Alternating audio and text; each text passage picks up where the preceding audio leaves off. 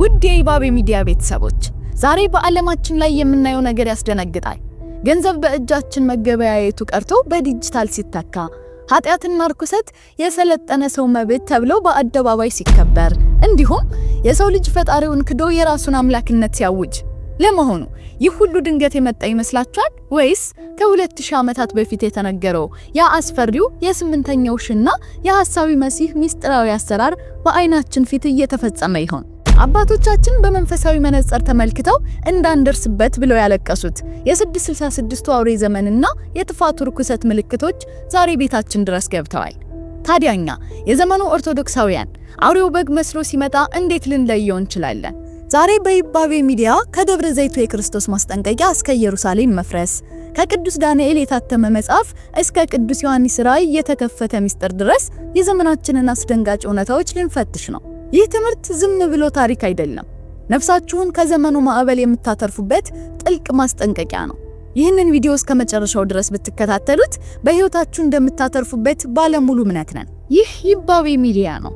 በዚህ መንፈሳዊ ጉባኤ የቤተ ክርስቲያንን ጥልቅ ሚስጥር፣ የታሪክ ድርሳናትንና ለህይወታችን የሚጠቅሙ መንፈሳዊ ቁም ነገሮችን በጥልቀት የምንማማርበት መድረክ ነው።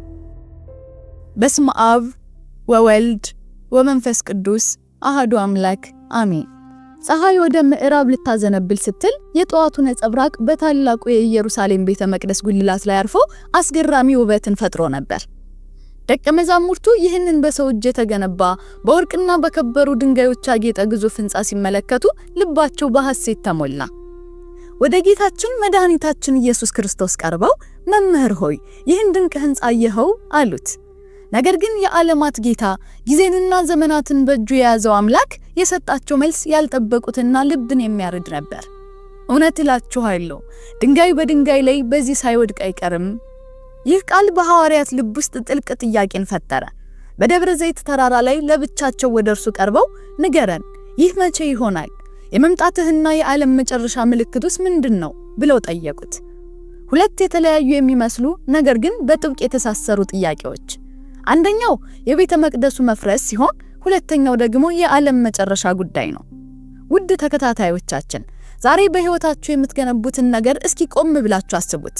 ትምህርት፣ ስራ፣ የፍቅር ግንኙነት ወይም በሶሻል ሚዲያ ላይ የምትገነቡት ጊዜያዊ ዝና ሊሆን ይችላል። ልክ እንደ ሐዋርያቱ የገነባችሁት ነገር ያምራችኋል፣ ለዘላለምም የሚኖር ይመስላችኋል። ነገር ግን ክርስቶስ ዛሬም የሚነግረን አንድ ሐቅ አለ። ምድራዊ የሆነው ሁሉ ምንም ያህል ቢያምር ማለፉ አይቀርም። ታዲያ መሰረታችን በምን ላይ ነው? በማያልፈው አምላክ ላይ ወይስ በሚፈርሰው የዓለም ጉልላት ላይ? ሕይወታችንን በክርስቶስ ላይ ካልገነባ ነው የፈተና ማዕበል ሲመጣ ያመንበት ምድራዊ ኃይል ሁሉ ድንጋይ በድንጋይ ላይ መፍረሱ አይቀርም። ጌታችን መድኃኒታችን ኢየሱስ ክርስቶስ የተናገረው ትንቢት ከጥቂት 10 ዓመታት በኋላ በ70 ዓመተ ምህረት ላይ አስፈሪ በሆነ መልኩ ተፈጸመ። የሮማው ጄኔራል በኋላም ንጉሥ የሆነው ጥጦስ በኃያል ጦሩ ኢየሩሳሌምን ከበባት። አይሁድ የሮማውያንን ኃይል ንቀው 8 በሮች ባሏት ታላቂቱ ከተማ ውስጥ ተዘግተው ተቀመጡ። አይገቡብንም፣ ከተማችን የጸናች ናት ብለው ታበዩ። ነገር ግን የሮማ ጦር ሄዶ ከመውረር ይልቅ ከተማዋን እንደ ቀለበት ከቦ አስጨነቃት። 4 ሙሉ ዓመታት በኢየሩሳሌም ላይ ከበባው ጸና። በዚህ የጭንቀት ጊዜ ዮሴፍ ወልደ ኮሪዮን የተባለ ታሪክ ጸሐፊ የሮማውያንን ላቲንና የዕብራይስጥን ቋንቋ አቀላጥፎ የሚያውቅ ሰው በኢየሩሳሌም ግንብ ላይ ቆሞ ለወገኖቹ ይማጸን ነበር። እባካችሁ እጃችሁን ስጡ፣ ውጡ፣ አለበለዚያ በረሃብ ታልቃላችሁ፣ የቅዱስ ዳንኤል ትንቢት ሊፈጸም ነው እያለ አጥብቆ እያለቀሰ ለመናቸው። ነገር ግን የሰው ልጅ ልቡ ሲደነድን የእግዚአብሔርን ማስጠንቀቂያ ድምጽ መስማት ይሳነዋል። ውድ የኢባቤ ሚዲያ ቤተሰቦች ዛሬስ ስንቶቻችን ነን በኃጢአት ግንብ ውስጥ ተዘግተን የንስሐን ጥሪ አሻፈረኝ የምንለው? የዘመናችንስ በሱስ በተስፋ መቁረጥ ወይም በሐሰተኛ ነፃነት ስም ራሱን ዘግቶ የእግዚአብሔርን ድምጽ መስማት የተሳነው ስንቱ ነው? እግዚአብሔር በካህናት አባቶቻችን በኩል ተመለሱ እያለን ሲጠራን፣ እኛ ግን ለጥራት በተከፈተች ኃጢአት ቤት ተዘግተን እንጠፋለን። በኢየሩሳሌም ውስጥ ያለው ሁኔታ ከጊዜ ወደ ጊዜ እየከፋ መጣ። ምግብ አለቀ፣ የውሃ ጠብታ ጠፋ። በከተማዋ ውስጥ የነበሩት ባለጸጎች ሀብታቸው ከሞት ሊያድናቸው አልቻለም። መከራው ሲጸና አዛውንቶች በረሃብ መውደቅ ጀመሩ። የከተማዋ ጉልበተኛ ወጣቶችም ቢሆኑ ተስፋ ቆርጠው የገዛ መቃብራቸውን መቆፈር ጀመሩ። አዎ ወጣቶቹ ማታ ማታ አልጋ ላይ መተኛት ትተው ነገ እንሞታለን ብለው በቆፈሩት መቃብር ውስጥ ይተኙ ነበር። ይህ የዓለም መጨረሻ አልነበረም። ነገር ግን የዓለም መጨረሻ ምን ሊመስል እንደሚችል የሚያሳይ አስፈሪ የጥፋት ጥላ ነበር። ረሃቡ ከመጽናቱ የተነሳ የሰዎች ልብ ከድንጋይ በላይ ደነደነ። በዚያች በተዘጋች ከተማ ውስጥ አንድ ቀን ከእስራኤል ወገን ያልሆነች ነገር ግን ለበዓል መጣ ተዘግቶባት የቀረች አንዲት ባለጸጋ ሴት ቤት ውስጥ ጭስ መታየት ጀመረ። የከተማዋ ጉልበተኞች የረሃብ አጋንንት ያሳበዳቸው ሰዎች ምግብ አግኝታለች ብለው ቤቷን ከበቡት። በሩን በኃይል አንኳኩ። በእጆቿ ላይ ያለውን ለማየት የቤቱን በር ሰብረው ሲገቡ የተመለከቱት የሰውን ልጅ ታሪክ ለዘላለም የሚያሳዝንና የሚያስደነግጥ ዘግናኝ ክስተት ነበር። ጉልበተኞቹ በሩን ሰብረው ሲገቡ በረሃብ መከራ የደነዘዘችው ያች እናት በፊታቸው ያቀረበችው የገዛ ልጇን ስጋ ነበር።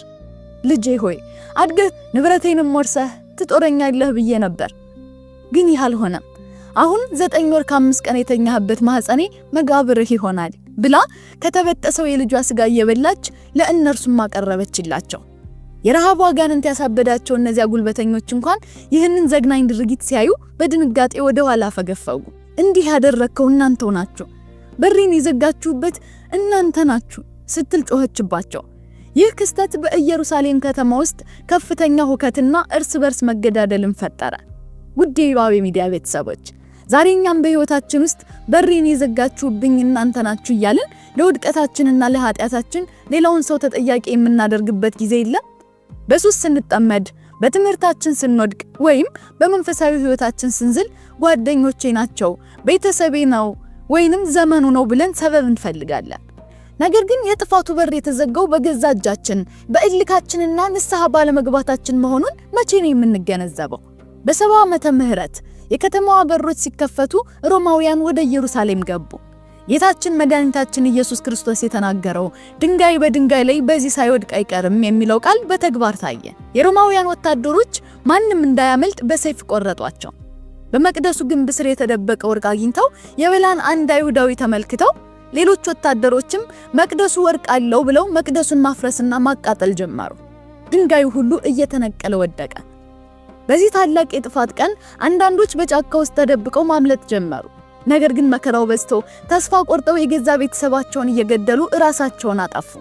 የሮማ ወታደሮች ያገኟትን አንዲት እናትም ራቁቷን በእንጨት ላይ ሰቅለው ሁለቱን ልጆቿን ደግሞ በጡቶቿ ላይ በሽቦ አስረው የገደሉበት ዘግናኝ ታሪክ ዓለምን ያስደነገጠ ክስተት ነበር። ያኔ ጌታችንን ሲሰቅሉት ደሙ በእኛና በልጆቻችን ይሁን ብለው የጠሩት እርግማንም ተፈጸመባቸው። በ70 ዓመተ ምህረት በኢየሩሳሌም የደረሰው መከራ የዓለም መጨረሻ ምልክት ቢሆንም ፍጻሜው ግን የሐሳዊ መሲህ ዘመን ወይም 8ኛው ሺህ ነው። ታዲያ አባቶቻችን በታላቅ መንፈሳዊ ጥበብ 8ኛው ሺህ እያሉ የሚጠሩት ይህ ዘመን ምንድነው? ቅዱስ ዳዊት ልበ አምላክ በመዝሙር ላይ እንዳስቀመጠው የዘመኖቻችንም ዕድሜ 70 ዓመት ቢበረታም 80 ዓመት ነው፣ ቢበዛ ግን ድካምና መከራ ነው። የሰውን ዕድሜና የዓለም ዕድሜ አመሳስሎ ይነግረናል። ዓለም ከተፈጠረ ጀምሮ እስከ ክርስቶስ ልደት ድረስ 5500 ዓመታት አለፉ። ከክርስቶስ ልደት በኋላ ደግሞ 2000 ዓመታት ሲታከሉበት ዛሬ ያለንበት ዘመን 8ኛው ሺህ ማለትም 7518 ዓመታት ሆኗል። ይህ ዘመን ከ80 ዓመት በላይ ያለ የድካምና የመከራ ዘመን ነው።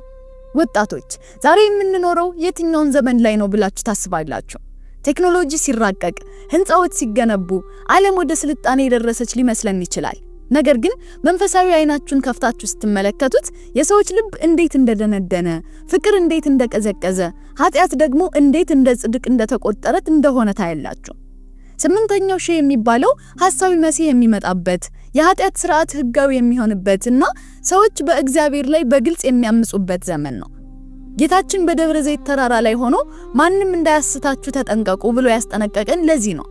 እነሆ ክርስቶስ ከዚህ አለ ወይም ከዚያ ቢሏችሁ አትመኑ ሲለን የሐሰት ትምህርቶች፣ የሐሰት ፈዋሾችና የሐሰት አዳኞች በሚበዙበት በዚህ ዘመን እኛ ግን በማስተዋል እንድንቆም ይገባናል። እነሆ አስቀድሜ ነገርኳችሁ ብሎናልና። ይህ መከራ ሲመጣ ሊያስገርመን አይገባም።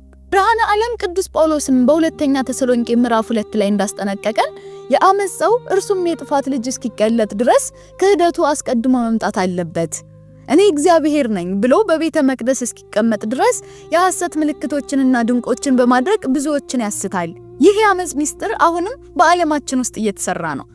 ታዲያ የዚህ ሚስጥራዊ አሰራር ምንጭ እና ዓላማ ምንድነው? ከጥንት ጀምሮ እስከ ዘመናችን ድረስ ኃያላን የተባሉ ሰዎችና ተቋማት ከእግዚአብሔር ቃል ውጭ የሆነ አዲስ የዓለም ስርዓት ለመመስረት እንዴት እየሞከሩ ነው? የገንዘባችን የሚዲያችንና የዋላችን ውስጥ የተደበቁት ምልክቶች የሐሳዊ መሲህን መንገድ እንዴት እያዘጋጁት ይሆን? ይህ ጥያቄ ወደሚቀጥለው ይበልጥ ወደ ሚስጥራዊና ወደ ዘመናችን ፈተና እያመራን ይሆናል። ብርሃነ ዓለም ቅዱስ ጳውሎስ የአመጽ ሚስጥር አሁን ይሰራል ብሎ የተናገረው ቃል ዛሬ በ21ኛው ክፍለ ዘመን ለምንኖረው ለኛ ምንኛ ገላጭ ነው። ውድ የይባቤ ሚዲያ ቤተሰቦች እስኪ ቆም ብለን እናስብ። ዛሬ በዓለማችን ላይ የሚከናወኑት ትላልቅ ፖለቲካዊ፣ ኢኮኖሚያዊና ማህበራዊ ክስተቶች ዝም ብለው በአጋጣሚ የሚፈጠሩ ይመስላችኋል? ወይንስ ከጀርባ ሆኖ ለሐሳዊ መሲህ መምጣት መንገድ የሚጠርግ በተደራጀና በሚስጥር የሚንቀሳቀስ ኃይል አለ? አባቶቻችን በመንፈስ ቅዱስ ተመርተው እንደነገሩን በ8ኛው ሺህ የዲያብሎስ አሰራር ግልጽ ጦርነት ከማወጅ ይልቅ በስውርና በሚስጥራዊ ተቋማት በኩል ይፈጸማል። ነገር ግን ዓለምን በኢኮኖሚና በሚዲያ የሚቆጣጠሩ የሴክሬት ሶሳይቲ ስብስቦች አሉ።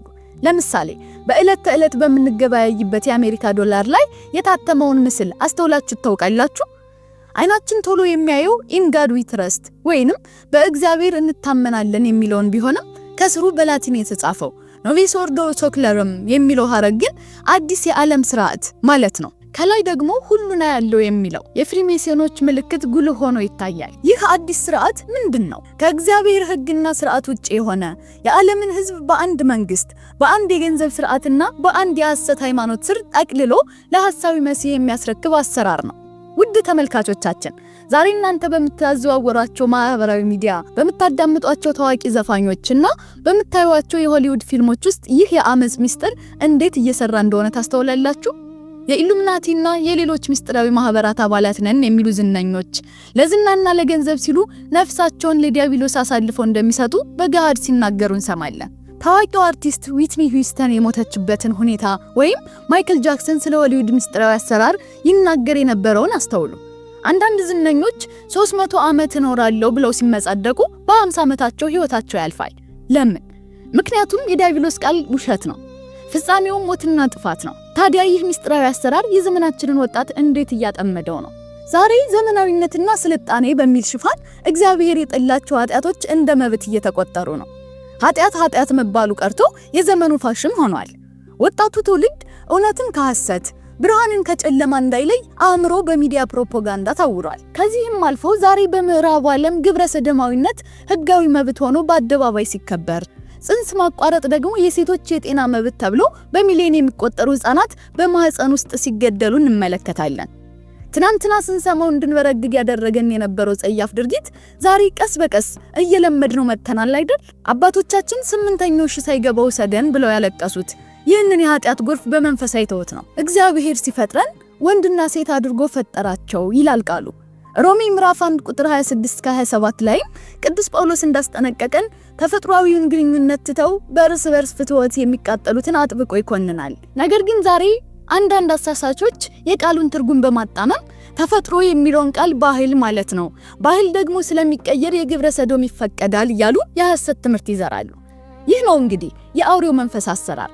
እግዚአብሔር ያረከሰው አውሬው ግን ይቀድሰዋል። ውድ የይባቤ ሚዲያ ቤተሰቦች ዛሬኛ ኦርቶዶክሳውያን በዚህ ማዕበል ውስጥ የት ነው ያለነው? ከዓለም ጋር ተመሳስለን እነሱም እኮ ያደርጉታል ዘመኑ እንዲህ ነው እያልን የኃጢያትን ጽዋ እየጠጣን ነው? ወይንስ እኔ ክርስቶስ በደሙ የዋጀኝ የእግዚአብሔር ቤተ መቅደስ ነኝ ብለን ፈተናውን እየተጋፈጥን ነው? 8ኛው ሺህ አባቶቻችን እንዳስተማሩን ክርስቶስ የሚመጣበት ብቻ ሳይሆን ሐሳዊ መሲህ ዓለምን የሚያስተዳድርበት፣ እውነተኛ ክርስቲያኖች የሚሰደዱበትና ሃይማኖት እንደኋላ ቀርነት የሚቆጠርበት የፈተና ዘመን ነው። ነገር ግን እኛ ክርስቲያኖች የቅዱሳንን ትዕግስትና እምነት ያዝናል። በራእይ ዮሐንስ ምዕራፍ 13 ቁጥር 10 ላይ የቅዱሳንን ትዕግስትና እምነት በዚህ ነው እንደተባለው በዚህ የክደት ዘመን ጸንቶ መቆም ታላቅ የሰማይ አክሊልን ያሰጣል። ታዲያ ይህ 8ኛው ሺህ ሲደርስ ከጥንት ጀምሮ የተዘገው የነቢያት መጻሕፍት እንዴት ሊከፈት ቻለ? ዳንኤል እስከ ፍጻሜው ዘመን ድረስ ቃሉን ዝጋው የተባለው ሚስጥር ለቅዱስ ዮሐንስ ደግሞ ዘመኑ ቀርቧልና አትዝጋው የተባለበት ጥልቅ ሰማያዊ ሚስጥር ምንድነው? የዚህን ሚስጥር መፍታት በሚቀጥለው ክፍላችን አብረን እንመረምራለን። ፈተናው ከባድ ነው፣ ግን የክርስቶስ ጸጋ ከኛ ጋር ነው። ውድ የሚዲያችን ተከታታዮች ሁሉን ቻይ የሆነው አምላካችን እግዚአብሔር ገና ከጥንት ጀምሮ የዘመናትን ፍጻሜ በቅዱሳን ነቢያቱ በኩል አስቀድሞ ነግሮናል። እስኪ ሁለት ታላላቅ ትንቢቶችን እናስተያይ። አንደኛው ጌታችን መድኃኒታችን ኢየሱስ ክርስቶስ በስጋ ከመገለጡ 600 ዓመታት በፊት ለነብዩ ዳንኤል የተናገረው ሲሆን ሁለተኛው ደግሞ በሐዲስ ኪዳን ለሐዋርያው ቅዱስ ዮሐንስ ወንጌላዊ የተገለጠው ራእይ ነው። ነብዩ ዳንኤል ይህንን የመጨረሻውን ዘመን በመንፈስ ተመልክቶ በነበረበት ጊዜ መልአኩ እንዲህ አለው፣ ዳንኤል ሆይ አንተ ግን እስከ ፍጻሜው ዘመን ድረስ ቃሉን ዝጋው፣ መጽሐፉንም አትመው። ብዙ ሰዎች ይመረምራሉ፣ ዕውቀትንም ይበዛል አለ። ለምንድነው ቅዱስ ዳንኤል ትንቢቱን እንዲዘጋውና እንዲያትመው የታዘዘው? ምክንያቱም የሐሳዊው መሲህ ዘመን በዚያን ጊዜ ገና ሩቅ ስለነበር ነው። ነገር ግን ለቅዱስ ዮሐንስ ሲነግረው የተለየ ትእዛዝ ሰጠው። መልአኩ ለቅዱስ ዮሐንስ እንዲህ አለው፣ ዘመኑ ቀርቧልና የዚህን መጽሐፍ ትንቢት ቃል በማኅተምህ አትዝጋው። ለዳንኤል ዝጋው የተባለው ምስጢር ለዮሐንስ አትዝጋው ክፈተው ተባለ። ለምን? ምክንያቱም የስምንተኛው ሺህ መግቢያ ያ የመጨረሻው የዓለም ፍጻሜ መቃረቢያ ጊዜ ደርሷልና። እስኪ ቆም ብላችሁ አስቡት። መልአኩ ለዳንኤል በመጨረሻው ዘመን ብዙ ሰዎች ይመራመራሉ፣ ዕውቀትም ይበዛል ያለው ትንቢት ዛሬ በአይናችን ፊት አልተፈጸመም? የሳይንስና ቴክኖሎጂ መራቀቅ፣ የኢንተርኔትና የአርቲፊሻል ኢንተለጀንስ መስፋፋት የሰውን ልጅ ዕውቀት አብዝቶታል። ዛሬ በእጃችሁ ባለው ስማርትፎን የዓለምን መረጃ በሰከንዶች ማግኘት ትችላላችሁ። ነገር ግን ዕውቀት ቢበዛም ጥበብ ጠፍቷል። መረጃ ሞልቷል፣ ማስተዋል ግን ጎድሏል። ብዙ ወጣቶች የዓለምን ፍልስፍና ሲመረምሩ ሕይወት ሰጪ የሆነውን የተከፈተውን የሕይወት መጽሐፍ ግን ዘግተውታል። እናንተስ የቱ ጋር ናችሁ? ስልካችሁ ላይ ሰዓታትን ስታጠፉ መጽሐፍ ቅዱስ ለማንበብ ግን ስንት ደቂቃ ትሰጣላችሁ? ይህ የተከፈተው የቅዱስ ዮሐንስ ራእይ በስምንተኛው ሺህ ስለሚነግሱት 3 አስፈሪ ኃያላን ይነግረናል። ራእይ ምዕራፍ 13 ላይ በግልጽ እንደምናነበው አንደኛው ታላቁ ዘንዶ ነው። ሁለተኛው ከባህር የወጣው 10 ቀንዶችና 7 ራሶች ያሉት አውሬ ነው። ሶስተኛው ደግሞ ከምድር የወጣው የበግ ቀንድ የሚመስሉ 2 ቀንዶች ያሉት አውሬ ነው። እነዚህ 3 አካላት በህብረት የሚሰሩት የሐሰት ሥላሴን በመምሰል ነው። አባቶቻችን በትርጓሜ እንደሚያስተምሩን ዘንዶ ራሱን እንደ አብ አድርጎ ያቀርባል። ከባህር የወጣው አውሬ ደግሞ እኔ ክርስቶስ ነኝ ብሎ ራሱን እንደ ወልድ ያቀርባል። ከምድር የወጣው አውሬ ደግሞ ታላላቅ ተአምራትን እያደረገ እሳትን ከሰማይ እያወረደ ሰዎችን የሚያሳስተው ራሱን እንደ መንፈስ ቅዱስ አድርጎ ለማቅረብ ነው። ዋናው ዓላማችን ምንድነው? አውሬው ታላቅ ነገርና ስድብን የሚናገርበት አፍ ተሰጥቶታል። እግዚአብሔርን፣ ስሙን፣ ማደሪያውን፣ ቅድስት ቤተክርስቲያንና ቅድስት ድንግል ማርያምን እንዲሁም በሰማይ የሚያድሩትን ቅዱሳን መላእክትን ሊሳደብ አፉን ይከፍታል። እዚህ ላይ ነው ታላቁ የዘመናችን ፈተና የሚጀምረው። ከምድር የወጣው ሁለተኛው አውሬ የበግ ቀንዶችን የሚመስሉ 2 ቀንዶች ነበሩት። ነገር ግን እንደ ዘንዶ ይናገር ነበር ይለናል ቃሉ። ምን ማለት ነው? በዘመናችን የሚመጣው የዲያብሎስ አሰራር ሁሌም አስፈሪ ሆኖ አይመጣም። በግ መስሎ የሰላም፣ የሰብአዊ መብት፣ የነጻነትና የስልጣኔ ልብስ ለብሶ ይመጣል። ውድ የባቤ ሚዲያ ቤተሰቦች፣ ዛሬ ስንት የሐሰት አስተማሪዎች፣ ስንት ዘመናዊ ነንባይ አክቲቪስቶች በግ መስለው ቀርበዋል። ውስጣቸው ግን የዘንዶን የክህደት መርዝ ይረጫሉ። ማንንም በማናቸውም መንገድ አያስታችሁ ተብሎ የተነገረን ለዚህ ነው። ታዲያ ይህ ከባህር የወጣው አውሬ ያሉት 7 ራሶች ምንድናቸው? በታሪክስ ውስጥ አንዱ ራስ ለሞት እንደታረደ ሆኖ ዳግም የዳነው እንዴት ነው? የዚህ ምስጢር መፈታት ከጥንቱ የአዳም ውድቀት እስከ ዛሬዋ የፖለቲካ ዓለም ድረስ የተዘረጋውን የኃጢአት ድር በግልጽ የሚያሳይ ነው። ሐሳዊ መሲህ የጥንቱን ኃጢአት በዘመናችን እንዴት ዘመናዊ ሕግ አድርጎ እንደሚያጸድቀው በሚቀጥለው ክፍላችን በጥልቀት እንመረምራለን። መንፈሳዊ ንቃታችሁን አታስነጥቁ። የቅዱስ ዮሐንስ ራእይ ምዕራፍ 13ን ስናነብ ከባህር የወጣው አውሬ 7 ራሶች አሉት ይለናል። ይህ አውሬ በአስፈሪነቱ በኃይሉና በጭካኔው ዓለምን ያስደንቃል።